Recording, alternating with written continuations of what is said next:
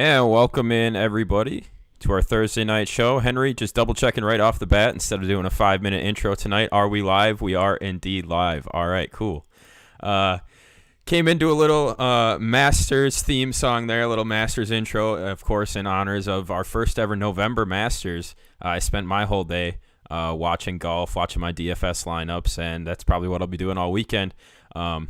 Betting on the NFL hasn't treated me so well in the last couple weeks, so I'm hoping golf helps me kind of restore my my account here, so we can get back at it this Sunday. But that's a few days away yet, as it is Thursday, so we are here talking start and sit for fantasy football. I've got Coach with me. I've got Henry with me. Coach actually seems like he might be frozen. Coach, are you with us? It does not look like Coach is with us. So, yeah, I was like, that's a prolonged smile he's got going on there. Yeah, just showing off those teeth that he actually just a few minutes ago said that he hadn't brushed yet today. So the irony there is actually pretty good. So I'm just going to remove Coach here from the page quick, and as soon as we get him back, he will join us once again. Oh, and I think he might be on his way back here. Coach, are you back with us? All right, he is back. Cool. I just took you down from the stream, so I have to add you right back here quickly, but that should only take a second. Anyhow, it is Thursday night. This is our start-sit show. I am Jake Senholz. And again, with me, Henry at Hangtime Sports, Coach at Schroeder Coach, and of course, we are here with Flurry Sports. And I thought I could do this while I was talking, but maybe not. Let me propose this question to you here quickly, Henry. Let's just talk about this right off the bat before we dive in as I'm getting Coach back up. We usually save the Thursday night game preview until the end of the stream, but hey, we got a minute or two to kill here, and the Colts, who you have been high on, who you've been talking about a lot lately, are taking on the Tennessee Titans tonight. Break down that game for us a little bit. Give us your betting leans maybe, and just straight up who comes out victorious here tonight.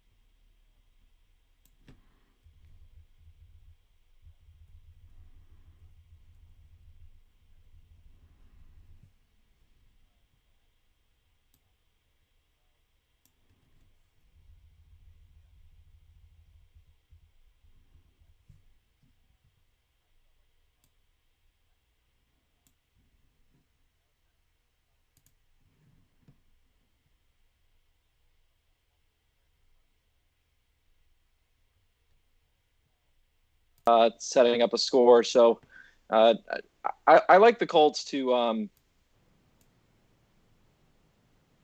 Jake, you have to unmute my NDI. You're good. You're good now. I'm good? Yep. Okay. Yeah, so I like the Colts to bounce back here, and I think they get the job done. We're looking at the Titans playing the Bears last week, and the way Chicago was able to limit the Titans offense, I thought that was kind of indicative of what the Colts might be able to do this week as well, as those are two defenses that I actually view as quite comparable. And I know the knock on Indianapolis has been that they haven't played anyone, but I think that they'll come back here in a big way tonight, and I agree with the line move.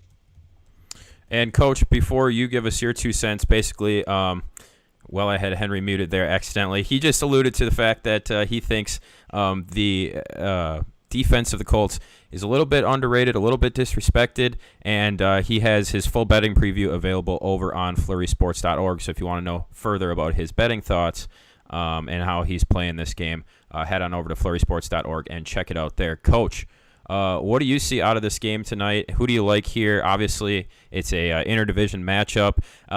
Usually pretty strange matchup between these two teams. Like, I'm not really sure what to expect here because we've seen so many crazy games between these two teams, and now they're actually both got good records.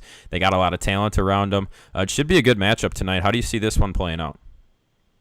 Yeah, and I don't really get into the betting lines as much. Typically, I'm more looking at the fantasy plays for games, and in that regard, the Colts defense has been one of the top units this year. Their offense, though, really is tough. There's not a whole lot there to like for fantasy.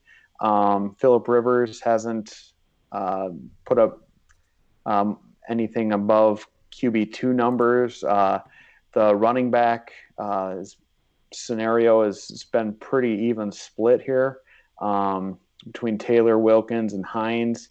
And then the wide receivers, Hilton hasn't done much. It's been Pittman is back now, and then you got the other wide receiver Pascal in there, and then you got the other guy Johnson who's in there getting looks too. So it's almost they spread it around a little too much to make any of them. You can't really count on any of them for fantasy purposes. About the only plays for the Colts, I think, would be the kicker, Rodrigo Blankenship, the bespectacled kicker, and the Colts defense. And then just looking at Tennessee, I think Derrick Henry's an auto play every game. A.J. Brown has been as such. And then, Tannehill is pretty solid usually. So just looking at it from a fantasy perspective, I can get behind the Colts winning tonight. I think that defense, it's been a great unit, but just not a whole lot of fantasy goodness to be had on that team, though. Well, I've been telling Henry since last week's stream, and we talked about it again on Monday. Basically, all I want is the Colts to prove it to me. Prove that they're actually this good. I keep going back through their schedule, and it's like, the teams that they beat pretty easily were bad teams. It was Vikings early on in the season who were really bad, and then they beat another bad team, pretty much demolished them. I can't remember who it was. But then, it's been close games throughout the rest of the season after the first couple weeks, and it's been close games against teams that really aren't all that good, teams like the Bengals and stuff like that. So here's an opportunity for the Colts to come out, win a division game, take a team that's been hot in the Titans, take care of business against them. Maybe they'll convince me that they're for real a little bit more. And mostly it's the offense. I have no qualms with the defense. It's the offense. They struggled to score against the Bears. They scored 10 points against the Ravens, and I know obviously those are really good defenses, but you have to be able to score against more than 10 points against good defenses if you are planning to win late in the season. So it's a big prove-it game for me tonight for the Colts. I do have a couple betting leans that maybe I can. I'll just throw them out there right now. Why not? I was going to put them out there on Twitter, anyways. I'm teasing this one, either 6 to 7, however you want to tease it. I'm comfortable with the 6. I'm going to take the Titans, which would be they'd be getting 7 if it's a 6-point teaser, and I believe it moves the total to like 54 somewhere in there, 53.5. And then taking the under. I also like a 3-team teaser, including Boise State tonight. That one I made a 7-point teaser. So it's Boise State comes down to, what would that be? An even 7 that they have to cover. And then the Titans are getting 7, and you're getting 55.5, I believe, on the total, and it pays plus 120. So that's how I'm playing the 3 football games tonight. I haven't locked this in, but for some reason, my gut, I was just getting pulled to Derrick Henry 2+ touchdowns tonight. It's only paying $240, which is not that great for 2 touchdowns, but I do like Derrick Henry here tonight. Henry doesn't agree. But, again, I didn't lock it in. It's just a bet that I was kind of drawn to when I was looking over the board. So, hey, if it hits, I'll take credit for it. If it doesn't, I'll be like, well, that's why I didn't lock it in. So there you go. Be wary of that one. I don't know what people heard from me earlier, but basically I just think the Colts defense is legit. And the way the Titans were shut down by the Bears last week, I just feel like that's kind of going to be a similar outcome here tonight. I put Indianapolis's defense on par with Chicago's, and maybe I'm wrong. Like Jake said, have they beaten anybody great yet? No, not really. But I don't know that the Titans are truly a great football team. And in a prove-it game for the Colts offense, we can go on the other side of the ball. I would argue that they should be able to move against the Titans defense. They were going up and down the field a fair bit last week against the Ravens, had a couple drives stall in Baltimore territory. Jonathan Taylor's fumble was a killer. If a few things went the other way, I feel like that was a different outcome there for the Colts. So it should be a fun one, though, either way. You can make the argument for both sides. Jake, I love a little teasing in college football. I like it. We're getting fun. Yeah, I don't love Boise to cover the 14 tonight, but I do think they win this game, and I think they win it by at least a touchdown. And I'm already teasing the other game, so why not throw an additional game in there and make it a 3-team 7-point teaser? And you're getting plus money too, plus 120. And I have a good feeling about that teaser. So there you go. I threw those out there, and I will be tweeting them out here in just a moment as well. And just to wrap up my thoughts here, it was the Vikings in week 2 that they beat, and then it was the Jets in week 3. They also took care of business against the Lions. Well, the Vikings now not one of the worst teams maybe, but in week 2 they certainly were. The Jets and the Lions maybe 2 of the worst teams in the NFL right now. And then you lose to the Jaguars, you lose to the Browns, and then again you struggle with the Bengals, you struggle with the Ravens and the Bears. So they've just not convinced me thus far this season. But again, they could do a lot to maybe change my mind tonight. But anyway, let's get into the meat of the Thursday night stream here. Of course, it is Coach's Start Sit article, which is available over on flurrysports.org. Encourage you to head on over there, follow along with this article, and participate in the Flurry Sports picks powered by Pickup. Pickup is an up-and-coming partner of ours. We've only got 152 followers on Twitter. I encourage you to toss them a follow and get involved with them. All you have to do is answer very simple questions. They're not props. You don't really need numbers or anything. They're more conversation type starters. Like the one in this article is, who has more passing yards in week 10, Big Ben or Joe Burrow? So again, you don't need to dig into the numbers. You don't need to pick more or less than any certain line. All you got to do is vote Big Ben or Joe Burrow, enter your phone number, and it keeps an overall record of all your picks, which is tracked through your phone number. But don't worry, they're not going to try and call you or text you or get a hold of you anyway. It's just to track your all-time record, and then week by week, month by month, you can win different prizes if you have one of the best records there. So check out Pickup on Twitter. Check out Coach's article here, and get involved with us here with Pickup with Flurry Sports.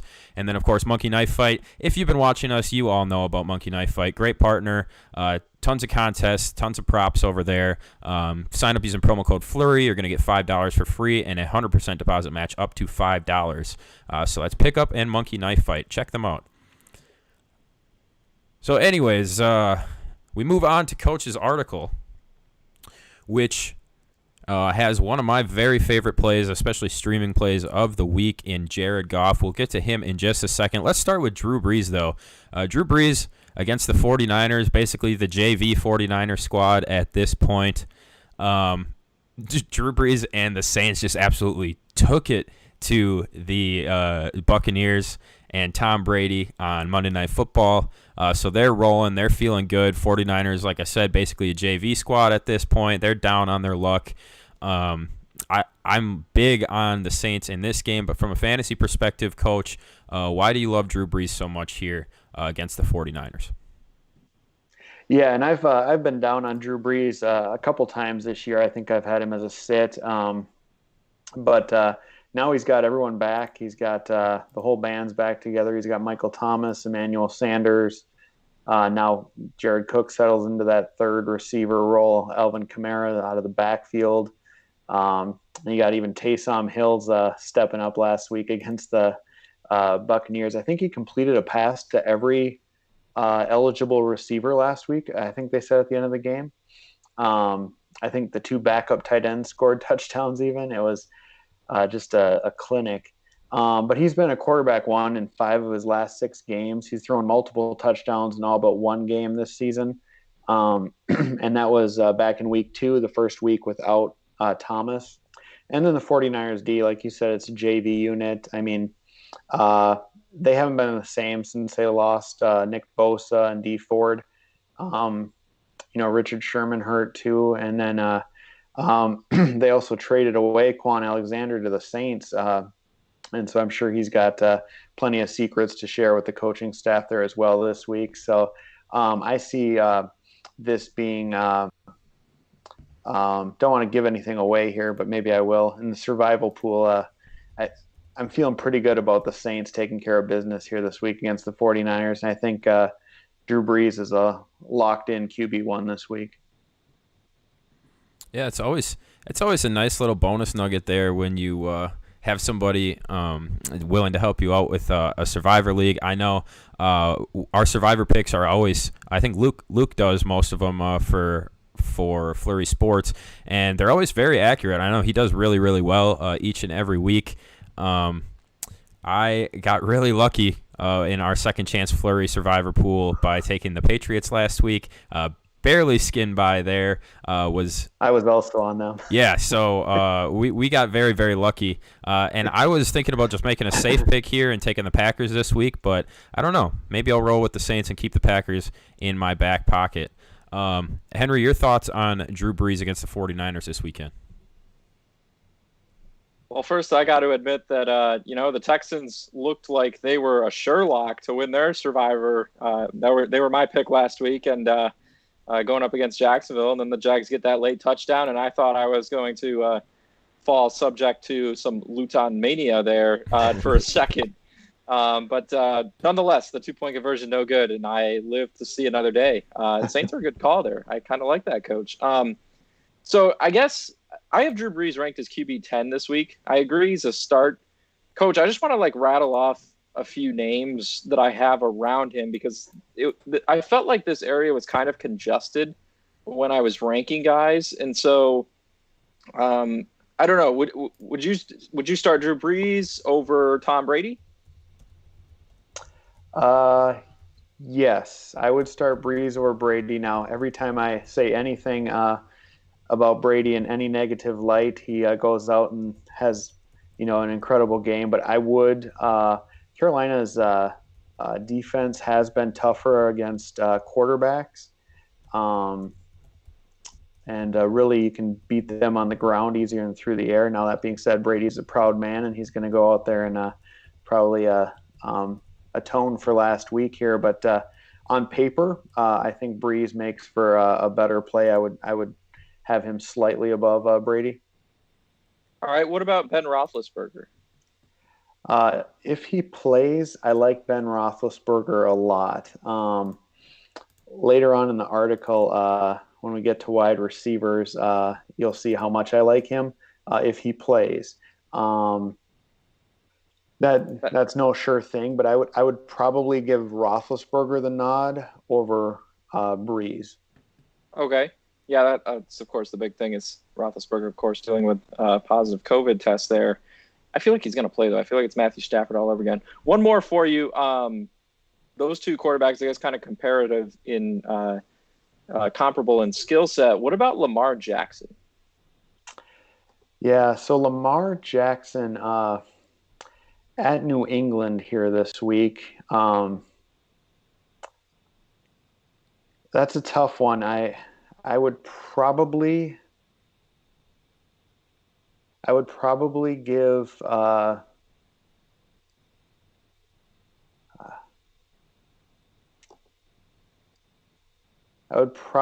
Brees the slight favor on that. Now in DFS, I'm never one to shy away from Lamar Jackson in tournaments just because that upside is sky high. But in season-long leagues, you kind of want to go with, who's going to for sure get you that nice floor. And so I would say I think Brees probably has the higher floor for sure. And the ceilings I think are comparable enough that I would take Brees.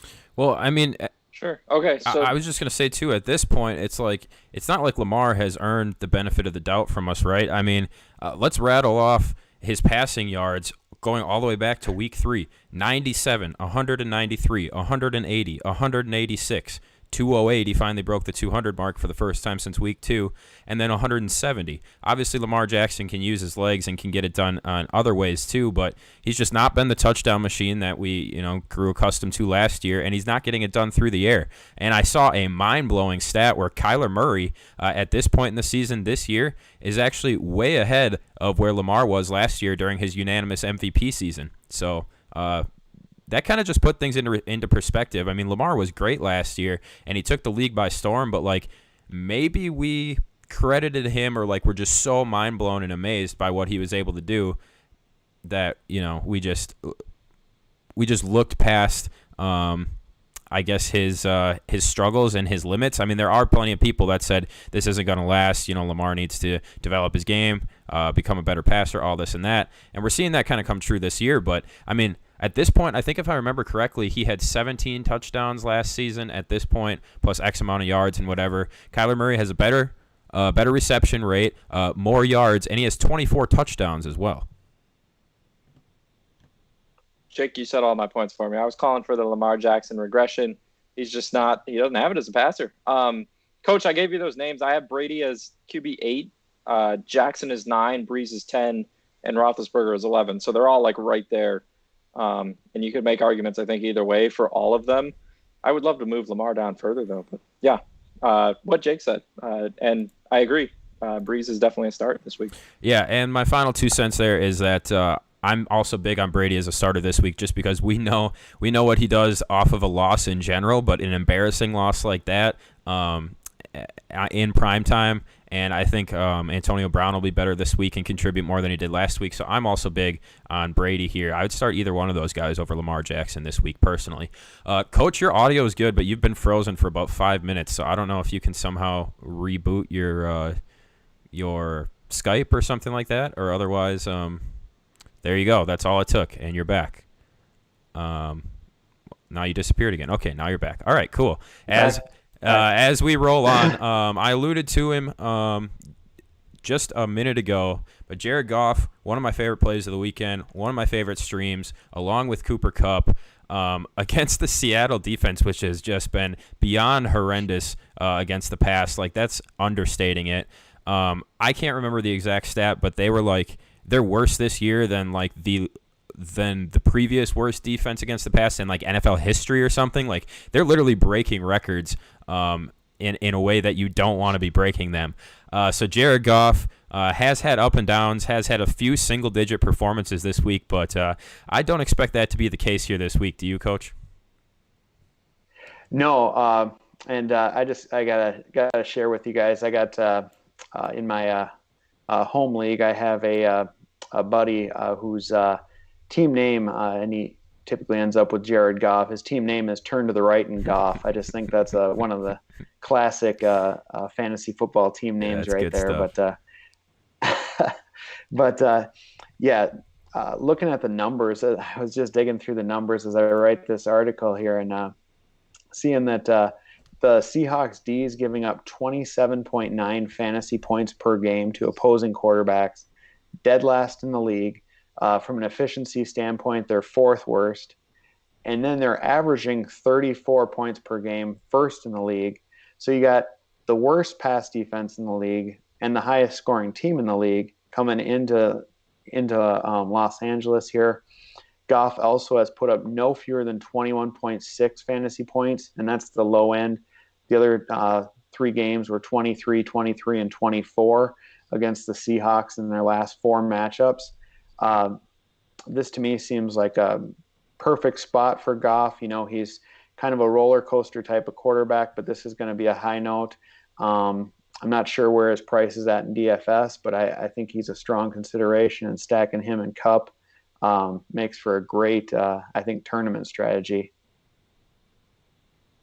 Yeah, I mean, I totally agree, and I did not know those numbers of his past games against the Seahawks. But the Seahawks have had much better defenses than this in the past, and when he's still been able to put up numbers like that in previous years, why isn't he going to be able to do it against this year's defense, which is, as we established, horrendous, if not worse. Henry, your thoughts on Jared Goff? Lock him in, baby. That's all I got. Yeah. He's right up there for me this week. I love it. There you go. Short and sweet. Sometimes that's all it takes. You don't need too much analysis. You don't need to overthink it too much. Jared Goff is a solid play this week. Go ahead and lock him in. Pick him up, too, if he's available. I just looked in my family league, which is only – well, I guess it's a 10-man league, actually.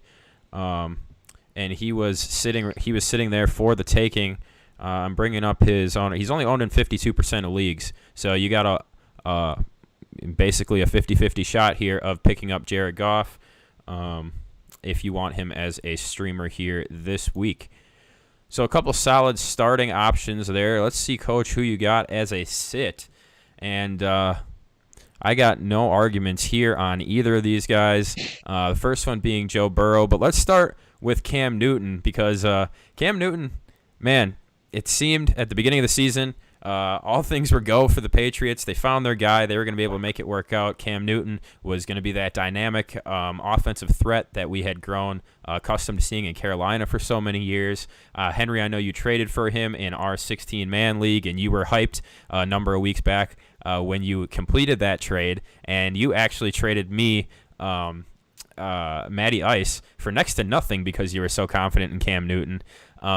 And now you're on the hunt for another quarterback. Don't remind me. Yeah. Thank you, by the way. Thank you. Now you're on the hunt for another quarterback. I know you were talking to Coach and I off air trying to get some deals done. Cam Newton just not getting it done. Got to play the Jets last week, and it was a struggle. Now he faces the Ravens, so I'm certainly not running to start him this week. Henry, dive deeper into some Cam Newton talk and analysis here for us. Yeah, so basically it's the Ravens defense here, right? This team has looked very good. Even I would argue that as the offense has sputtered, Baltimore's defense has only improved as the season has gone on. You have one of the best cornerback duos in the league, arguably, in Peters and Humphrey there. The defensive front, they traded for Ngakoue there a couple weeks ago. So it's a ferocious defensive front. And looking at fantasy points allowed, they're just outside, it looks like the top 12 to the quarterback position, a little under 18 per game. And then when we go on the flip side here and look at New England, just all the injuries that they're trying to contend with. You know, they've got some young guys stepping up. Jacoby Myers has quickly become Newton's favorite target. He definitely needs to be rostered if he's not after his breakout performance there on Monday night. But so you got Myers. You got Isaiah Ford coming in, who they traded for, the former Dolphins receiver there, who will probably kind of work the slot receiver role here, at least until Julian Edelman is back. And then you got Damiere Byrd, but none of that really excites me. New England, the best plan of attack, I think, for them offensively is to run the football. And I don't know how well they're going to be able to do that either against this Baltimore front. Bill Belichick, he knows the only way to win this game on Sunday night is to win ugly. And I just don't see the Patriots moving the ball enough to give Cam Newton that floor, which has been so predicated on rushing touchdowns. You know, he had almost 25 fantasy points last week, depending on your scoring format, but he had 2 rushing touchdowns. You take away those 2 rushing touchdowns, and that takes 12 points right off of that. And this is a game where the floor really falls out because I don't know how many touchdowns New England's going to score, let alone Cam Newton. So yeah, I'm glad you alluded to those touchdowns because I actually, when I searched him, I was like, man, he had almost 25 last week, but then I looked into it and I was like, well, zero passing touchdowns. Oh, yeah, he had 2 rushing touchdowns. Obviously, Bill Belichick and the Patriots are going to game plan for that. They are going to be prepared for that. And if you keep him out of the end zone with his legs, he has to throw 3 touchdowns in order to equal those 2 rushing touchdowns because, as we all know, quarterback touchdown passes are worth less than a rushing touchdown. So if the Patriots key in on that and force him to throw the ball, his point total could drop rapidly. Coach, you also mentioned in your article, what is this? He currently has a 2-7 touchdown to interception ratio. That's not very good, is it? Yeah, so I'm, as you guys are talking, I'm looking up a couple other kind of points here. I think, Henry, you alluded to the Baltimore defense giving giving up only so they only give up 18.3 fantasy points per game to opposing quarterbacks, which you said that was 12th. But they've played some pretty decent quarterbacks too. So they've played against I'm looking here. They've played against Mahomes, who actually him and Wentz are the only two quarterbacks to go over 20 against the Ravens. But they've also had matchups against Ben Roethlisberger, and they had Joe Burrow that they went up against, and Deshaun Watson as well. And so they've really faced some tougher quarterbacks, and they've done pretty well there. And yeah, like I said, the only thing keeping Cam afloat right now as a QB option has really been the 8 rushing touchdowns, because two touchdowns through was this week 10 is not going to get it done. That's almost unbelievable. I found that when I saw two touchdowns, 7 interceptions, I found that kind of unbelievable. But Henry, so that you don't fret too bad or lose any sleep, his schedule does lighten up a little bit after this week too, and so he's got Houston, Arizona, and the Chargers, who are all plus matchups for quarterbacks. So I think that it might be bad this week, but I think there's better days ahead for Cam as long as he can keep his job. But even so, I mean, and Henry, you're trying to get Deshaun Watson on your roster, and I mean, even so, it's like Cam missed a week of injuries. Did they already have their bye week? I'm not sure. I took the schedule away. Yeah. So he's only played in 8 games, or maybe 7 games since week 10 is coming up. Still, 2 touchdown passes. That's not going to get it done. That's not. You might be able to squeak by in real life football, which the Patriots are barely doing. But in fantasy, I mean, that is not your guy. That's not who you want. He's on pace to throw 5 touchdowns all season or something like that. Not good. Definitely not good. So I hope for your sake, Henry, you can get a deal done for Deshaun Watson, because I just don't think, even with a lighter schedule coming up, Cam Newton's not the guy this year. Yeah, like Coach said, I think if I'm able to get that deal done, just to put it in context for all the viewers, we were talking before the show a little bit about some trades that I'm trying to toss over here in this league, because Alex Smith is who I'm down to as my backups, and if I'm going to make a run here, I got to win this week, kind of. So, but Deshaun Watson has a couple games against the Colts down the stretch, and depending on where Houston's at in the standings, Coach alluded to that easier schedule for Cam Newton. That might be a situation where I can kind of play some matchups a little bit, depending on how things are going for both teams. But yeah, so I definitely need something different, I think, this week. If I don't get a deal done, I'm almost tempted to start Alex Smith over Cam Newton. Smith playing the Lions, and I wouldn't have thought I was going to be in this spot here, I think, a few weeks ago. Yeah, the definition of desperate times right there. Yeah. But I think that's all that can be said, really, about Cam Newton here this weekend, especially, again, with a tough matchup against the Ravens. He's able to get it done against the Jets. Again, I just don't see that happening again here. And it is only a one-day difference. They played on Monday night, but still, a short week is a short week. So lots of reasons to fade Cam Newton here this week. Moving on to Joe Burrow. A lot of interesting points here can be made talking about this game in general, but talking about this specific matchup. Henry, I know you and I have kind of talked about, and we talked about on Monday, that the Steelers are just pretty much like no other team this year. They're playing to the level of their competition. When they're playing a good team, they can get up for it. They can score points. They can win pretty convincingly. And then they play a team like the Cowboys, and they just struggle all game long, and it has to come down to a defensive play at the goal line for a second week in a row. Joe Burrow has been a beast through the air this year. Every single game he has played, except for, 3, I guess. Last week he only threw for 250 against Tennessee. Every other game, he's had 300 or more through the air. He had 406 2 weeks ago against Cleveland. They're coming off the bye, so they're going to be nice and rested. But the Steelers, on the other hand, have not allowed over 22 points to an opposing quarterback all year long. And thank you for that stat, Coach, in your article here.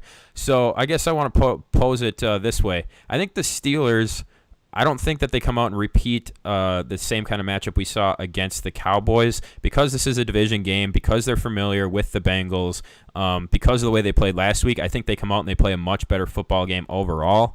But do you think Joe Burrow is still going to be able to get it done through the air this weekend, even though you are recommending him as a sit? What do you think his performance through the air is going to look like? Coach, we could start with you. Yeah, so when I do this article, I'm always looking for guys who are going to finish right around QB1, running back 2, and wide receiver 2. So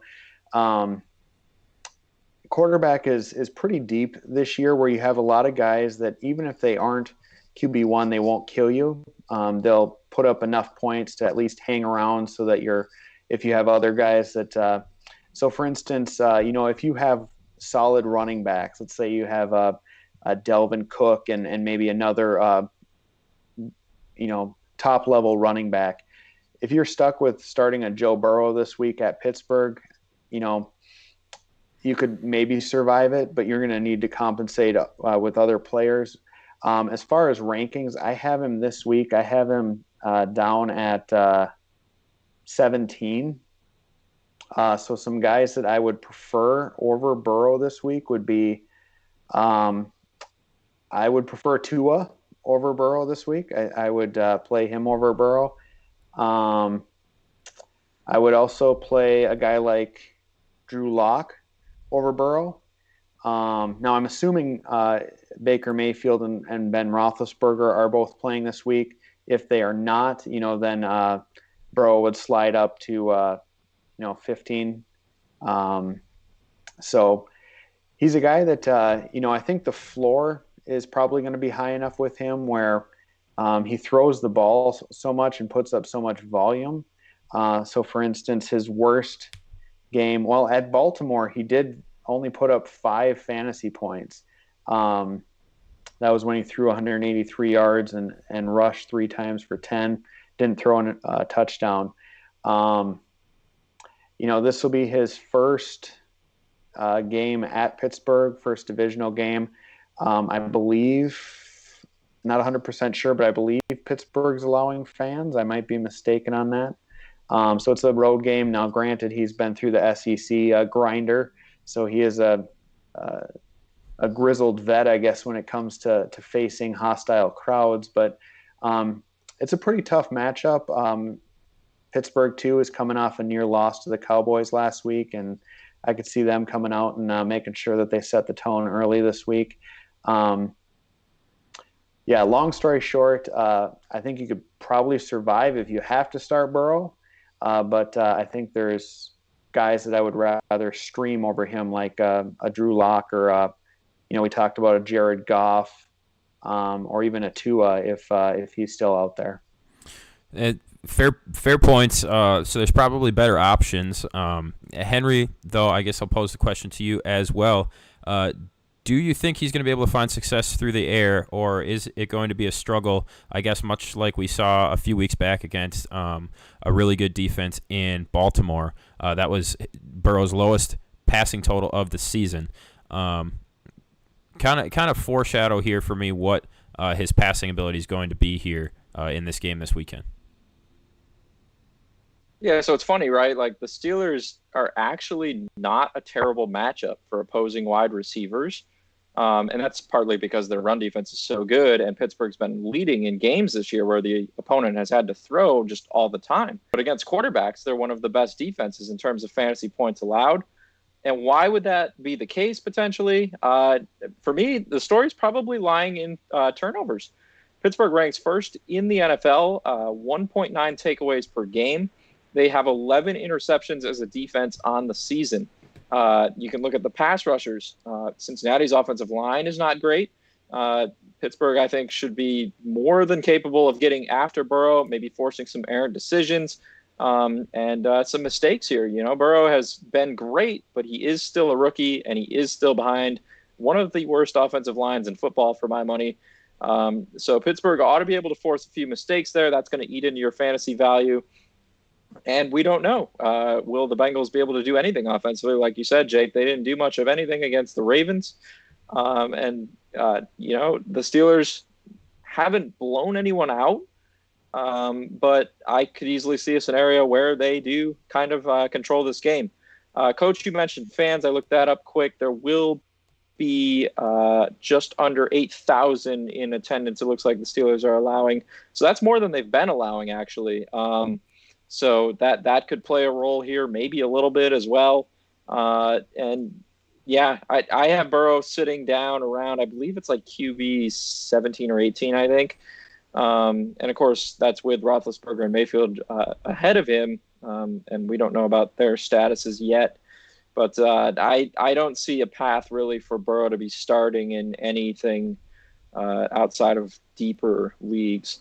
And just to further the importance of the turnover abilities of the Pittsburgh defense and how heavily turnovers can affect a QB's performance, Joe Burrow has thrown an interception in 4 out of his last 5 games. Also has 2 fumbles within those 4 games. So he has 6 total turnovers in the last 4 games. And then, you stack that on top of everything that Henry just laid out there. That could end up being very costly here for the Bengals and for you if you do end up starting Joe Burrow. So there you have it. Sitting Cam Newton and Joe. Say, Jake, Go ahead. Yeah, I was just digging here. As Henry was talking here, I was kind of digging into see Pittsburgh actually is averaging 4 sacks per game, leading the league. And the Bengals have given up 28 sacks on the season, which is tied for second worst in the league. So I think Burrow is going to be under a lot of pressure during this game, where he's probably going to hit the ground, by the looks of it, at least 4 times. Yeah. So, well, that just drives that sack.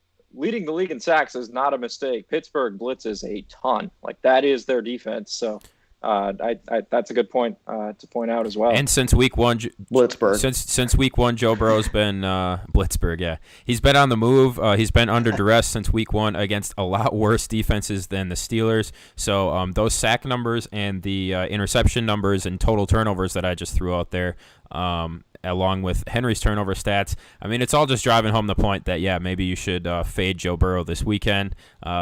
Everything is lining up. So unless something crazy happens and the reverse of what's been typical happens across the board, Joe Burrow is probably not the guy you want to roll with this weekend.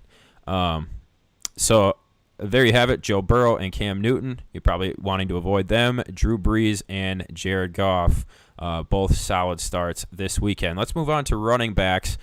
First of all, we have J.D. McKissic at the Lions. And, I mean, this guy's been making his living in PPR, especially with Alex Smith.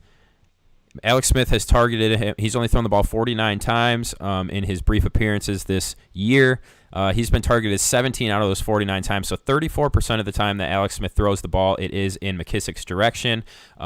Gibson, we all thought was going to be the guy in the backfield early on in the season. It had looked that way, but now McKissic proven that he can still get his as well, and again, a lot of it coming through the passing game. He's had double-digit fantasy points in 4 of his last 5 games now. It's tough, I guess, if you've been a Gibson guy all season to now maybe just switch over to McKissic. Do you think, I guess, a 2-part question here. Do you think McKissic is in better shape this week than Gibson, like Coach does? And do you think there's going to be enough to go around that both of these guys could end up getting theirs against the Lions? Henry, I'm proposing this question to you. Okay, so Coach, before I answer, you actually think McKissic's in a better spot than Gibson again this week? No. So I like both this week. I actually I would have Gibson as an RB1. So I think Gibson makes a great play too. I think McKissic's going to be an RB2 this week. I love them both this week. I think they're both in play. Okay. But I would put Gibson above McKissic though. All right. Yeah. So then I think we're seeing this kind of the same way because I was curious. I just wanted to clarify that Gibson is a top 10 back, I think, for me this week. Definitely top 12. I view him as an RB1, just like you do. The Lions, I mean, just look at last week against the Vikings and Mr. Dalvin Cook. They cannot defend running backs. They can't tackle. I think both Washington RBs are just going to have a field day here. Over 35 fantasy points allowed to the position for the Lions. That's over a point more than the Packers, who are the second worst in the league. And those two teams are over 3 points worse than the Texans, who are third worst. That pretty much says it all here. Also, we have to think about Alex Smith coming in. This is going to be his first start. He's going to have the week to practice with the first team, which he hasn't had coming up in the middle of these games here when he's gotten hurt. But I could see a scenario where Washington kind of tries to take some of the pressure off him in a game that, looking at the matchup, there shouldn't need to be a ton of pressure on Alex Smith, given how bad the Lions are at defending running backs. So I like McKissick as a start. I agree. And Gibson, definitely, you're firing them both up this week. They're both great plays. McKissick, of course, that added value in PPR for sure. I don't know who plays in standard leagues anymore, but I feel like you might be able to do worse than him in a standard league because there should be some receiving yards out of the backfield there. I don't know. I'd be curious to hear your guys' thoughts on that a little bit, but good call. Yeah, as far as a standard league, and again, I think that is the minority. I think you're right. I mean, he's only carried the ball 8 times in the past 2 weeks, and he has nearly he has 11 catches for way over double the amount of yardage. So, Coach, obviously you guys both think that both these guys are starts this weekend. I did want to just throw out there that McKissick has outperformed Gibson in 3 out of their last 4 games. I'm adding up the totals as to actual total points here because 2 weeks ago Gibson did have a big 18.8 point day while McKissick only had 7.1 points. But 3 out of the last 4 games, McKissick has outperformed Gibson. So, yeah, that's interesting. So looking at Detroit, terrible against running backs. Henry said 30.4 fantasy points a game is what they're giving up. So I think there's room for both of these guys to, even if you just break that number down and give them each 6 or 15, that's a solid. I'd take that out of an RB 1 or 2. And they've given up 413 yards and 5 touchdowns through the air as well. I'd be interested to know, you said 3 of the last 4 weeks McKissick has outperformed Gibson? Correct, and I've got the numbers here, and on a week-by-week basis, yes, he has outperformed him 3 out of 4 weeks, but overall, because of that big 18.8 point week, McKissick trails Gibson by 6.5 points over the last 4 weeks. So they're pretty even overall, but on a week-by-week basis, Gibson has been outperformed 3 times out of his last 4 games. So which week was Gibson the better back of the last 4? It was week 7 against Dallas. But last week against the Giants, and then a few weeks back against the Giants again, and week 5 against the Rams, McKissick was the better back in all of those games. So I just pulled up and I wanted to say the Redskins, and it's the football team here. I have to get it out of my head. I actually Googled Redskins schedule, but the football team's schedule here. Look, so last week it was a close game where they lost against the Giants. The week before that, when Gibson scored more points, it was a blowout against the Cowboys. The week before that, it was 20-19, a close game where they lost to the Giants. And the week before that, they lost to the Rams 30-10. So it looks like negative game script, McKissick becomes the play here. Positive game script, Gibson looks like he might be the better play based on the last 4 weeks there. It certainly looks like if Detroit can get the Redskins in a hole, then it becomes McKissick might have the better day here. But if So it kind of depends. It's kind of turned into like one of the New England Patriots running back quandaries, where are they going to take the lead, or are they going to be playing from behind, as far as which one might have the better day. But either way, we can take some solace in the fact that we all think they're both in a position to be starters this week, right? So it's not like you have to really be choosing. You probably don't have both on your bench. Maybe you do, or on your roster, I should say. But either way, you're not going to go wrong with either of these guys this weekend. And again, they're outperforming each other by minuscule amounts. 1 to 3 points every week, and just a 6-point difference over the last 4 weeks total. So I don't think we could sit here and nitpick and back and forth between these two guys, but I don't think it's going to be really too big of a difference either way, except for, like you said, maybe if they get in a big hole, McKissick ends up with the big day. Maybe if they get ahead and they're actually running the ball more, then it's Gibson. But either way, I think both these guys are solid plays this weekend. Is that a plug for one of the gambling podcasts there, as far as who's going to win the game and then figure out your running back play based off that? I mean, yeah, why not? Could be. It's anytime I can talk gambling, I'll sneak it in there. If you guys haven't learned that yet. But anyways, that's that for the Washington football team's backfield. Moving on to Zack Moss against the Cardinals. Zack Moss has been a bit of a touchdown machine as of late, it seems. Singletary kind of has fallen off. He's kind of leveled himself out around like the 6 or 7 point performance every single week, it seems like now. Zack Moss has been like a peak and valley kind of guy. Why do you like him against the Cardinals this weekend here, Coach? Yeah, so since coming back from his injury, the first week back, he only had 14 snaps. And then the following week, I think it was like more of a 30-40 type split with Moss and Singletary. And then last week, Moss, his usage rate was higher than Singletary. He saw the field more than Singletary for the first time all year. And then out-touched Singletary last week 11-5. He also scored his third straight touchdown. As you mentioned, he's been a TD machine. So now he's been an RB2 the last 3 weeks in PPR. And so, the Cardinals aren't a particularly great matchup. Usually I try to find, really great matchups for starts. They're not that great of a matchup necessarily, but this is more based on Zack Moss is kind of establishing himself. I think Singletary is kind of moving from an equal split to more of a 1B type role, where I think we're going to start seeing Moss kind of get that 60-65% of the usage.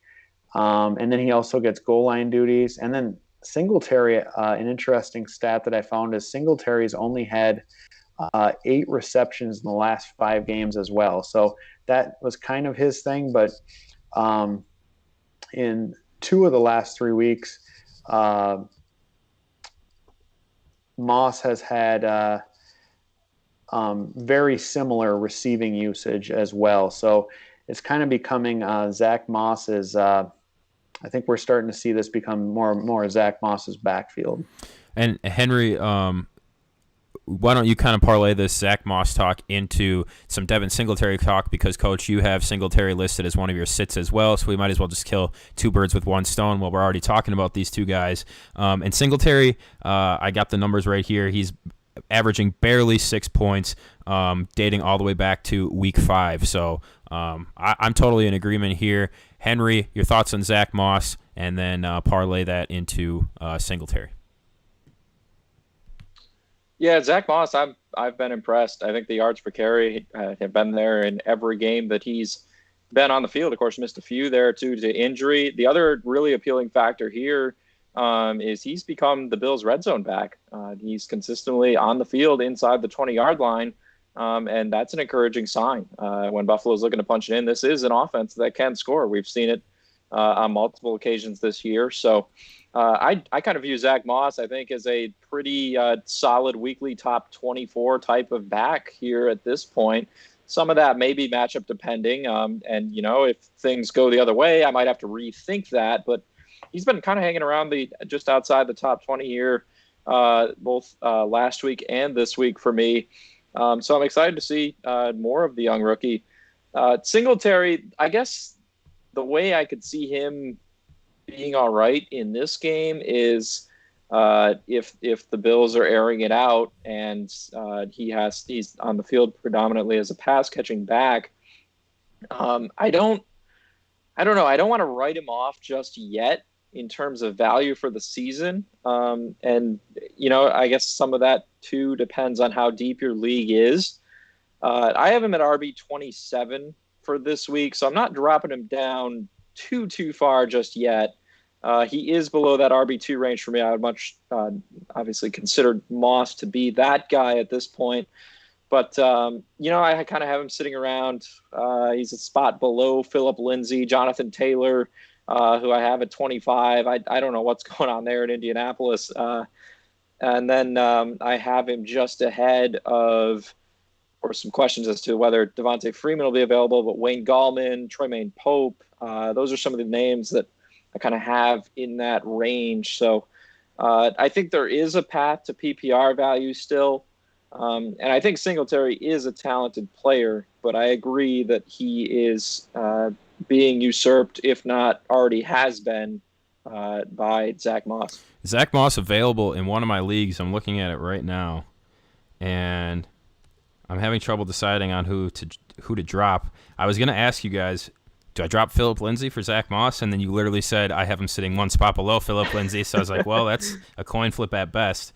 I got Devontae Parker. I got Amari Cooper, Jonathan Taylor, just nobody I'm really comfortable dropping right now. I think I might drop Matthew Stafford and just roll with one quarterback right now. I like that.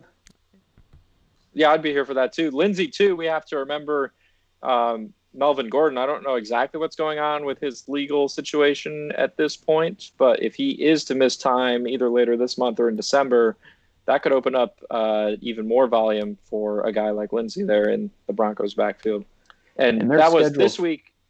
Yeah, this week I have him RB26, so that was a spot ahead of Singletary, and I have Moss at RB21. Oh, so Moss is a bit. Go ahead, Coach.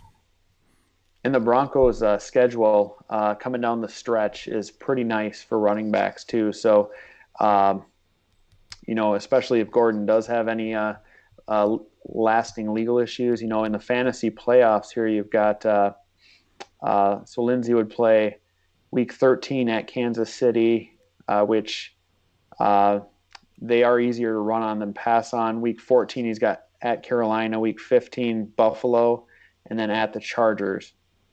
And those of those matchups, 3 of them are green for my as far as best matchups. So it's always nice to see that green number and that green figure instead of a red. Always nice. For sure. So, yeah, I picked him up. I dropped Matthew Stafford. Stafford's been disappointing anyways, and there's a few streamer quarterbacks available in this league anyhow. So, there we go. I picked up Zack Moss. I'm glad we talked about him because I just went and looked, and somehow he's available. We already talked about Singletary, obviously, at length. So, let's wrap up our running backs here as it is 20 after 7 already. Got on the air just a bit late here tonight, so apologize to that. And thank you to all of you who are sticking around with us here for the duration of this one or checking it out on replay. James White at the Ravens. I think we talked about it a little bit with Cam Newton already, how they are probably going to have a tough time rushing the ball against the Ravens, which, of course, means James White could struggle. I don't know. Do you think he sees some action out of the backfield here, some swing passes? Just not enough. I mean, I don't see any situation really here where you can start James White against the Ravens. And obviously you agree here, Coach. It's been a common theme all year long, these Patriots running backs in the sit column. Besides for kind of what we talked about with Cam Newton earlier, what else is troubling you about White here this weekend? Yeah, I mentioned, do you think James White misses having Tom Brady? He had 87 catches 2 years ago, 72 last year. This week he's only been an RB2 twice, and he's currently on pace for only 50 receptions. Now, granted, he missed a couple games as he was out for personal reasons. But a couple things working against him. This week, the Ravens D, they've only given up 306 receiving yards to running backs and 1 touchdown on the season. And part of what made James White work so well with Tom Brady was that Brady would usually hit him in stride, and he'd just catch the pass in the flat and make a move and be down the field. Cam Newton is not that accurate of a passer. Watching the game last week and just seeing him a 5-yard pass across the middle and seeing him guys would have to break stride, come back, catch the ball low. Instead of hitting guys in stride, it's usually just more in their general vicinity. Just doesn't work as well for James White. I'm sure he's already on the phone with Brady trying to work a trade to Tampa Bay here as well. So I just not seeing it this week for James White. And I don't see, I mentioned they have 3 matchups coming up that are a little more favorable for the Patriots, but just with their general team, as far as the running back usage, I don't see White really being much of a factor down the stretch. And Henry, I'm sure your thoughts are going to be short here on this one, but I mean, overall, he scored 13.2 points in the last 3 weeks. I don't think that gets any better here against Baltimore this weekend. I think it's that simple. Yeah, no. We kind of already dove into this game, and it's going to be an uphill battle for all of the Patriots running backs. And then again, there's the old Patriots backfield woes too here a little bit of, they're needing to utilize these guys more because of the lack of weapons in the passing game now. But you don't know who's going to lead the backfield in touches. A lot of it might depend on game script, but you got Damian Harris, you got Rex Burkhead. Those are 2 more capable guys there. And, this matchup doesn't favor any of them. So I agree. So there you have it. Sitting Devin Singletary, James White, starting Zack Moss and J.D. McKissic this weekend. Let's move on to wide receivers, and then we will wrap this one up as we already gave our Thursday Night Football preview at the beginning of the show, and it's well into the first quarter now anyways, so kind of a moot point to talk about it at this point. So let's wrap up with these wide receivers, starting with Travis Fulgham. Man, I get bothered every single week when I have to talk about this guy, when I see him out there lighting it up. The Packers have been talking about for 2 years now how they need more wide receiver help. They don't draft a wide receiver. They're looking to trade for a wide receiver. They can't make a deal. Travis Fulgham was on the Packers for 6 days heading into the season. For 6 days, and they cut him. They cut him loose. He misses 3 weeks, the 3 first weeks of the season, and then it just has been absolutely lighting it up for the Eagles out in Philadelphia. Not a single single-digit performance yet this season. 2 over 19-point performances, a 32.2 point performance. That's a bit of a tongue twister there. Weeks 4 through 8, he's just absolutely been ripping it up. Now he plays against the Giants, who he only scored 12.3 points against, which was his lowest season total just a couple of weeks back. But I think he's going to outdo that this weekend, find himself with another probably 15 to 19-point performance, somewhere in there. He's just been absolutely tearing it up and has been since the moment he hit the field for the Eagles. Again, the Packers cut him loose, didn't even give him a chance, didn't even give him a week to look at this guy. And now look at what he's doing for Philadelphia. Coach, obviously all the numbers I just rattled off there are, that's reason enough to give this guy a start. But what else do you see in this matchup against the Giants this weekend?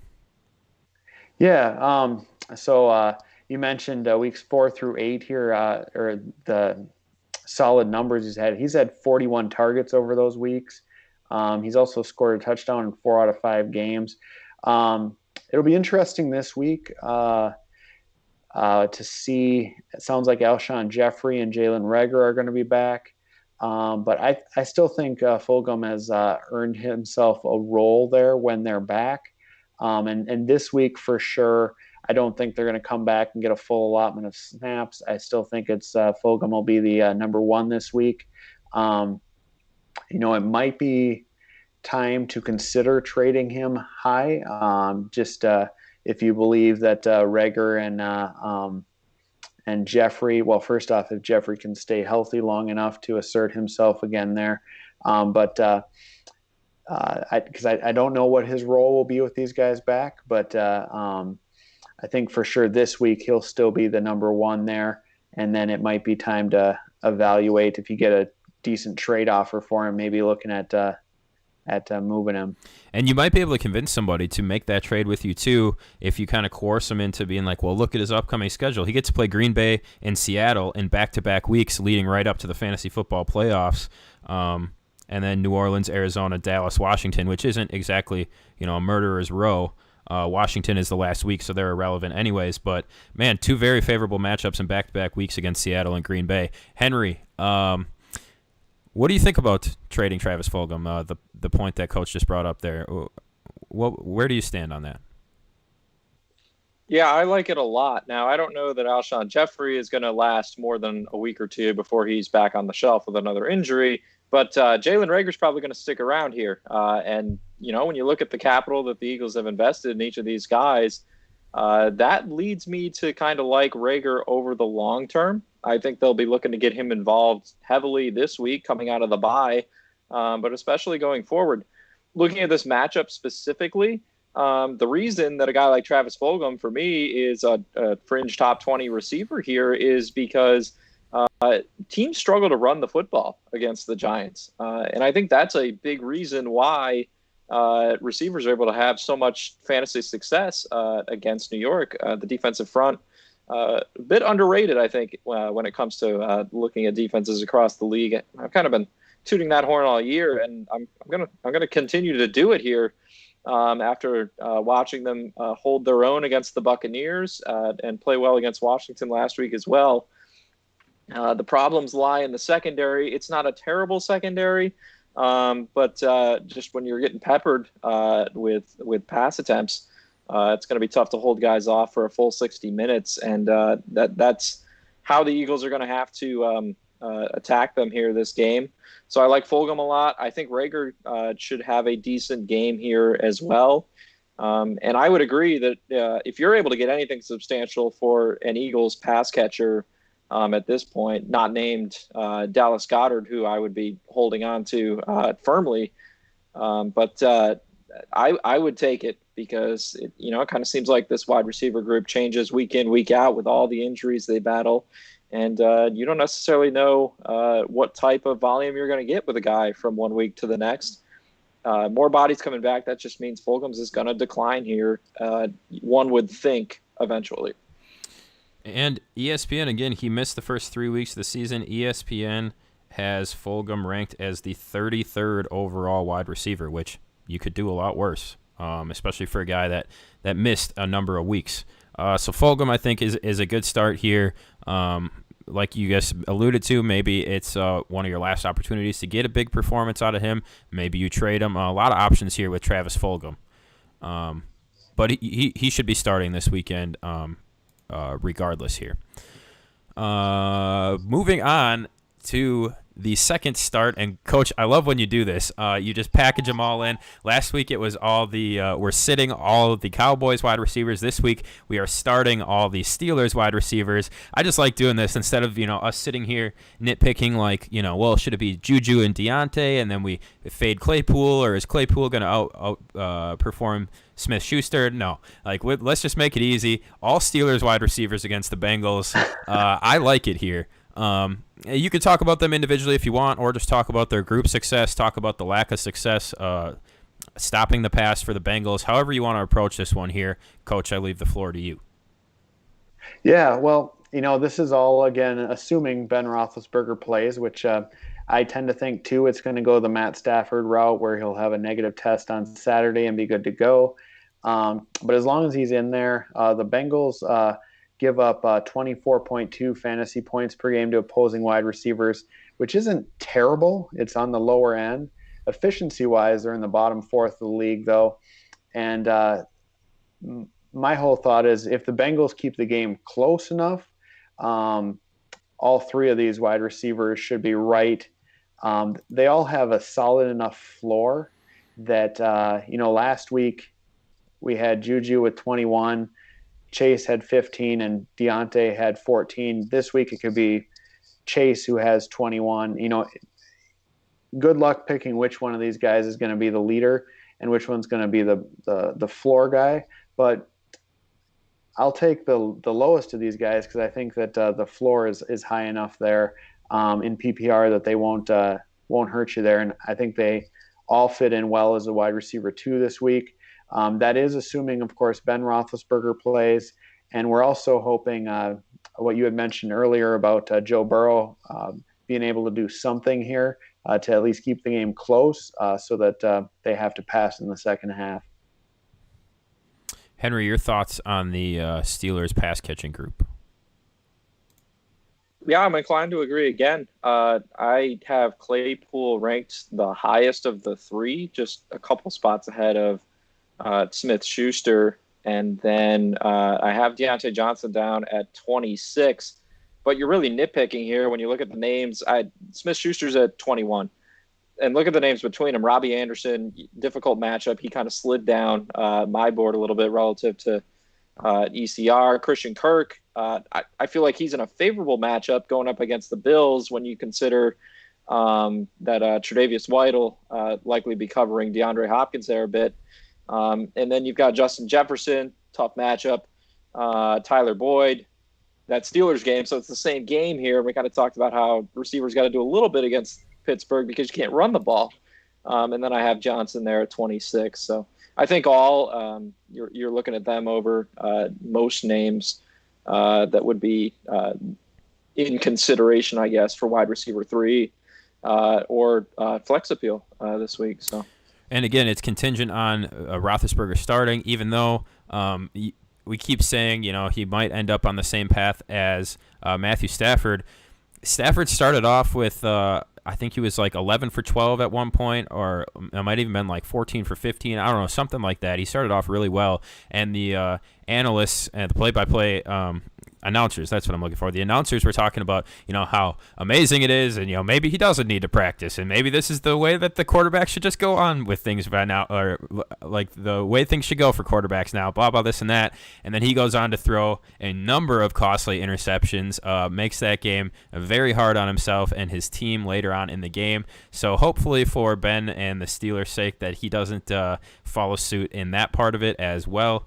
But I guess just really quickly, I'm going to be totally honest. I don't even know who is Mason Rudolph still their backup? The Steelers' backup? I believe he would be the starter. Yeah. Are you comfortable starting any of these guys with Mason Rudolph on the field? And you don't have to go deep into it, just any of them? I would prefer not to. I would probably slide them down. I just look at Juju's numbers last year. Deontay actually had a little bit of rapport with Rudolph last year. Yeah, I agree. I was going to say he's the one guy. Maybe maybe Mason looks his direction a little bit more than any of the other guys, but definitely you just got to hope Big Ben's out there this weekend. Yeah. So. Yeah, I would agree. It's tough. But when you look at the wide receiver position, there are so many other names who could have a good game there. So when we're talking about that drop-off from Big Ben to Mason Rudolph, looking at some of these names below, I think you could argue that T. Higgins in game would move up over at least 2 of those guys. Who else we got here? DJ Moore against the Buccaneers, Jerry Jeudy for the Broncos after his big game last week, Jarvis Landry. So it'd be tough to keep them above some of these names for sure. Have to dial up Jalen Samuels from last year. I think he was his favorite check down guy. And I'm sure he's available in most any league. So, hey, if that's the direction you want to go, more power to you. So there you go. As long as Big Ben is on the field, we're starting any and all Steelers wide receivers to go along with Travis Fulgham at the Giants. Moving on to the sitting wide receivers now. Coach, I would say this is maybe one of the more controversial start sits that you've had all season long. You might have to do a little bit of convincing of people and defending of yourself for this pick here. It is Marvin Jones Jr. against the Washington football team. Some people, especially people that don't go deep into the stats, don't really do more of than a surface level look at things. They might go, well, over the last 3 weeks, he's averaged 15 points a game. He has 3 touchdowns in the last 2 games. Kenny Golladay going to be out, so he's probably going to get a majority of the looks. Like, why are we fading this guy? And we've seen in the past that Marvin Jones Jr. just does not perform as the wide receiver 1. He needs to be a second option kind of guy in order to find success. But, hey, Golladay hasn't really done too much in recent weeks, and Marvin Jones has been getting it done. But, again, Galladay's presence has at least been out on the field. So again, 15 points the last 3 weeks, average, three touchdowns in the last 2 games. Outside of the fact that Washington has a good defense, do a little convincing here. Why are we fading Marvin Jones Jr. this week? Yeah, good defense is an understatement for the football team here. They are actually the toughest defense in the league against fantasy wide receivers. They're only giving up 15.8 fantasy points per game, and that's PPR points. And they are also the most efficient against opponents' passing games. So this is quite literally the toughest matchup that Marvin Jones could have this week, going up against the football team. And it's interesting. He does have 13 or more PPR points over the last 3 weeks, and 2 of those were pretty nice matchups too, at Atlanta and at Minnesota. Now, both those have been bottom half pass defenses for most of the year. But then his best game of the year actually came against the Colts, where he had 2 touchdowns. Incidentally, that was his only time finishing as a wide receiver 2 or better this year. The other 2 weeks, he was over 13. He was wide receiver 38 and wide receiver 35. So looking at this week, matchup's tough without Golladay to draw any coverage away from him. I just think the Redskins will be up to the task of keeping him quiet. He does always have the possibility of catching 2 touchdowns as he did against the Colts, but that's not a bet that I would make this week. Henry, do you agree with Coach as you so often do, or do you happen to be on the other side of this and have a more optimistic outlook for Marvin Jones Jr. against the football team?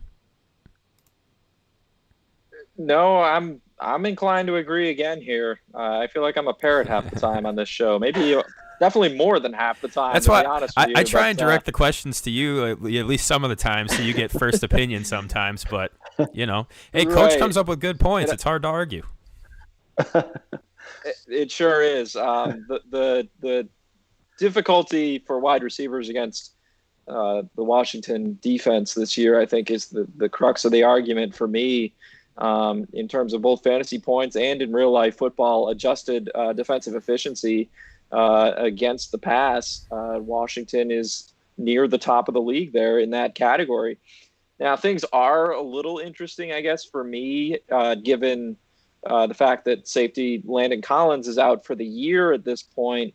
And, we saw the Giants kind of do a little bit through the air last week. With that said, it was a bum day for Darius Slayton. So,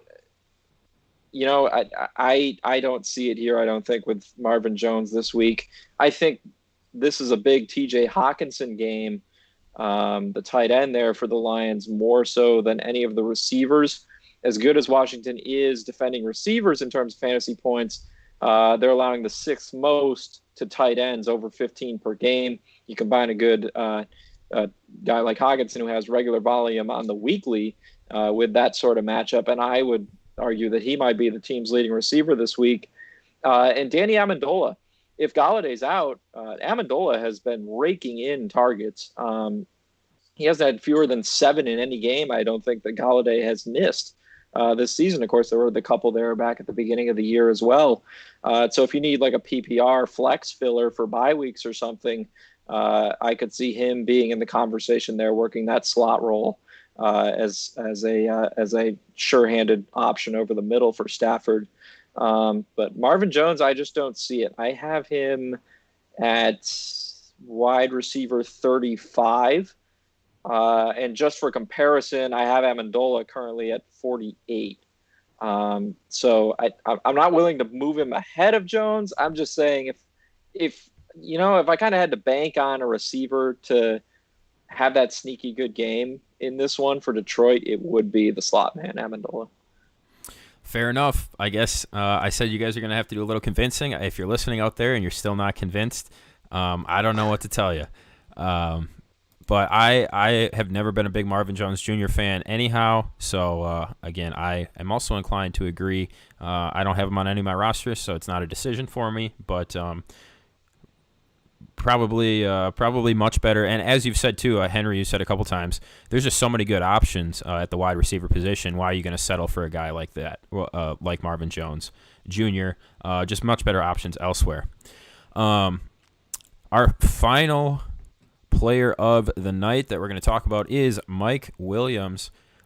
He and Justin Herbert and the Chargers going to be taking on Tua and the Dolphins. Obviously, the Herbert versus Tua matchup is going to be what everybody's watching in this game. But what's interesting about Mike Williams is that he does almost nothing, and then the next game he comes back, has an unbelievably good game, and then the next game he does almost nothing. 2.7 points against Carolina. His next game, 31.9 points against New Orleans.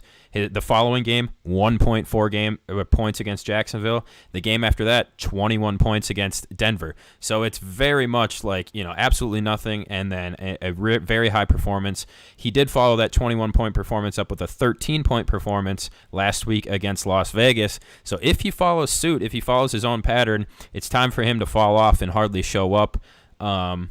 And he's going to have to go to Miami and play a defense, the Dolphins defense that has been just incredible over the past few weeks. They've been the MVP of that team. Obviously, Tua had a great game last week too, but their defense has just been phenomenal. So if Mike Williams follows suit, like I said, plus a tough matchup against Miami, I don't think it's too much of a stretch to say that he might have some struggles this weekend down in Florida.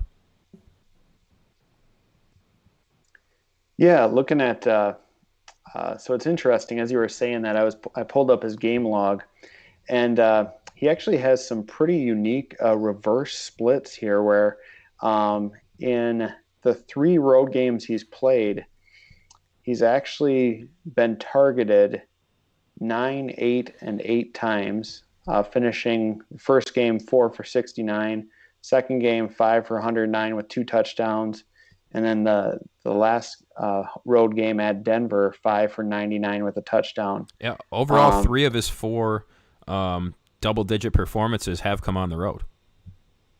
Yeah, that's interesting. I didn't even notice that as I was drawing up the article.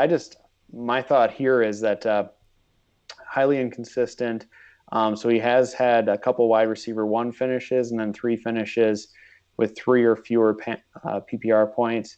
It looks like this week he's going to draw Xavier Howard in coverage. And this Dolphins team, you mentioned, that defense has been pretty solid. I mean, they've really been, you call them the MVP of the team. They've been there. This is turning into one of the better defenses in the league here. They're top 8 in passing D efficiency. And this offense, Keenan Allen he's the target monster. He's second in the league with 86. Hunter Henry is the second on the team with 53. And Williams only has 40 right now at this point. He's a guy that is tough to write up in a sit article because he can make you eat your words pretty quickly, because it seems like he gets that those red zone looks. Sometimes they come in bunches, and it seems like he could score a couple touchdowns. But again, I'm not seeing it this week. I think that the Dolphins are going to effectively take him away. I think they're going to settle for letting the Dolphins work underneath with have Herbert working underneath with Allen and Henry. And Henry, before we get your thoughts and then wrap up here, just a few further points on the Dolphins defense. They have caused at least one turnover in 7 of 8 games this season. The only game that they didn't was Week 1 against New England. So Week 2 and beyond, they have created at least one turnover, and in 3 of those 8 games, they have caused multiple turnovers in both the interception and fumble category. So it's not like they're just picking the ball off a lot. They're getting to the quarterback. They're punching balls out. Against the Rams, they had 2 interceptions, 2 fumble recoveries. Against San Francisco, they had a couple of each. In Jacksonville, they had 1 of each as well. So, again, very impressive performance overall by the Dolphins defense. Herbert has been impressive as well, but they're gonna be a lot for him to contend with this weekend, and of course that goes for his receivers as well. Henry, your thoughts overall on Mike Williams? Yeah, so I have Mike Williams actually one spot ahead of Marvin Jones right now in my rankings, which you could argue I could move him down maybe a little bit further. You could argue I could move him up maybe a little bit, I guess. The matchup is definitely difficult, and the Dolphins' defense has really, I think, done a nice job of showing up, particularly when they're playing at home. And they do have a little bit of crowd noise down there in South Florida at Hard Rock because they're letting 20% capacity in, and it may be very soon that that stadium could be close to full as Florida has okayed their teams to fill the stadiums whenever they are ready to. So, and I think, too, when you look at Herbert this season, the target share, I think Coach may have actually used the word exactly, is so inconsistent. Week to week, you'll have him have a great game. He had a nice game when Keenan Allen got knocked out there on Monday night. And then he won't do a whole heck of a lot. And this week would be one of those weeks where I would assume pretty much the latter. And again, we go back to what we've been kind of harping on here with some of these other guys, just the other names that you could start at this position. I would argue a John Brown, and what I would say is a shootout waiting to happen between the Bills and Cardinals is a guy that I would be okay starting over Mike Williams this week. I might even throw Antonio Brown into that conversation, which the Panthers aren't terrible in fantasy points allowed to receivers, but Buccaneers, if there's any week where they're going to come out a little bit ticked off, it's this one. So yeah, Mike Williams gets a downgrade this week for sure. I won't put him entirely out of wide receiver 3 or flex consideration on my end, but there's so many other guys who are going to have better matchups that I think you could definitely look to avoid him. Yeah, and that seems to be the common theme here as we talk. It's just like, this guy could go either way, but there's just other guys who you're pretty confident in that should have pretty solid performances, so why not roll with them anyways? And like I said, the matchup that we're all going to be watching is Tua versus Herbert. Herbert has been good. He's been able to make plays, but don't know if Williams is going to be a benefactor of that really here too much this weekend. So just to wrap up, final thoughts here. Sitting Mike Williams and Marvin Jones Jr., and as mentioned, starting Steelers wide receivers across the board, and Travis Fulgham. I guess that's going to be it for us here tonight. It's pushing 8 o'clock. Was a fun stream, though. This one had some nice flow to it. Again, apologize for getting on the air late. Thank you to anybody who stuck with us the whole time live, or if you're catching us on replay. Especially if you're catching us on replay, I encourage you to head on over to flurrysports.org.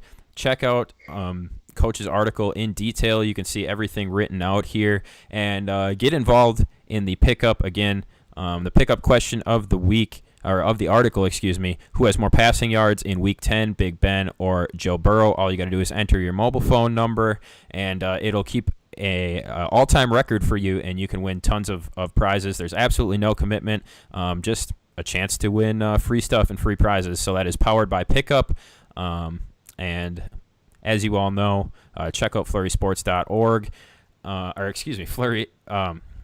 check out monkeyknifefight.com is what where I meant to go with that one. Use promo code Flurry. You're going to get $5 for free, up to a $50 100% deposit match.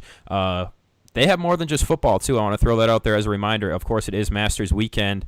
Round one's not even done in the Masters, so you're going to have plenty of time, even tomorrow morning, to get involved in some contests in round two if you like, or if you want to wait till the weekend and use your free $5. Tons of options over at monkeyknifefight.com. Appreciate them. One of our great partners as well. Guys, I think we pretty much covered everything here. I will offer up a last thought type situation. Oh, wait, no, I did have a question, and we can just kind of burn through this one. What do you guys think of Duke Johnson, as David Johnson probably not going to play this weekend? What do you think of Duke Johnson as a starter? That is my one and only question here as we end the stream. Whoever wants to take it over. I'm having trouble going back and forth here. I got you. I'm here for it. Now, the Browns secondary is the weakness of that defense. In terms of fantasy points allowed to running backs, Cleveland right in the middle of the pack, almost 23 per game I have here by these PPR numbers. But, you know, the Texans, who else do they have? Like, if David Johnson's out, I don't have anyone even comparable to Duke Johnson as far as having some workload there. And also the other factor to consider here for this game, it's supposed to be raining in Cleveland all day on Sunday as far as the forecast is now. Part of what makes me really like Nick Chubb and Kareem Hunt both in this game, aside from the fact that the Browns want to run the football when both are healthy predominantly. And, of course, that's added with Odell Beckham now being out. But I feel like this is going to be kind of a run type of game on both sides. And Duke Johnson also, he's made his career when he's not filling in here as the lead back out of catching screens and short passes out of the backfield as well. So if the weather is bad, Deshaun Watson may be checking it down to him more than throwing a deep route to Will Fuller. I'm here for it. If he's the only Texans running back, he won't be the only back. But if David Johnson's out, for sure, I'm pretty sure I have him top 20. I can pull that up for you real quick if Coach wants to give his thoughts. Yeah, just looking here. You know, if David Johnson is out, I do think Duke Johnson becomes a borderline RB2 this week. I think he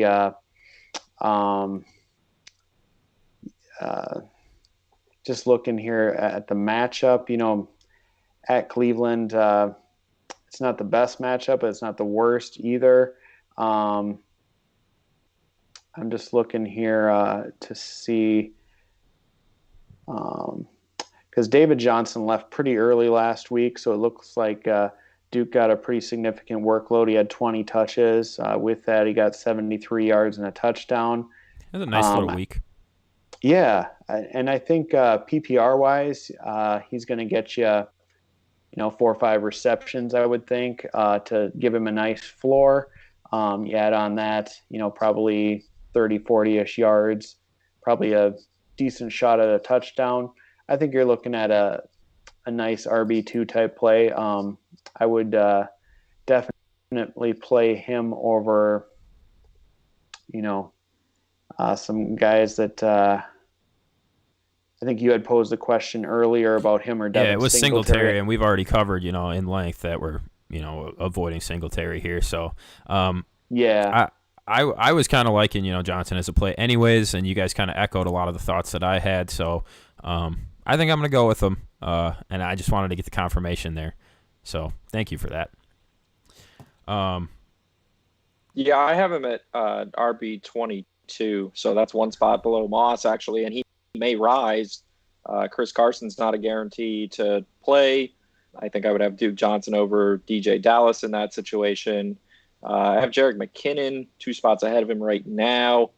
We know full well about the Shanahanigans that go on in San Francisco. So while I think game script favors McKinnon against the Saints, I expect the Niners to be trailing. you could argue putting Johnson ahead of him as well. So there's a few names there. All right, cool. Well, I'm going to roll with him then.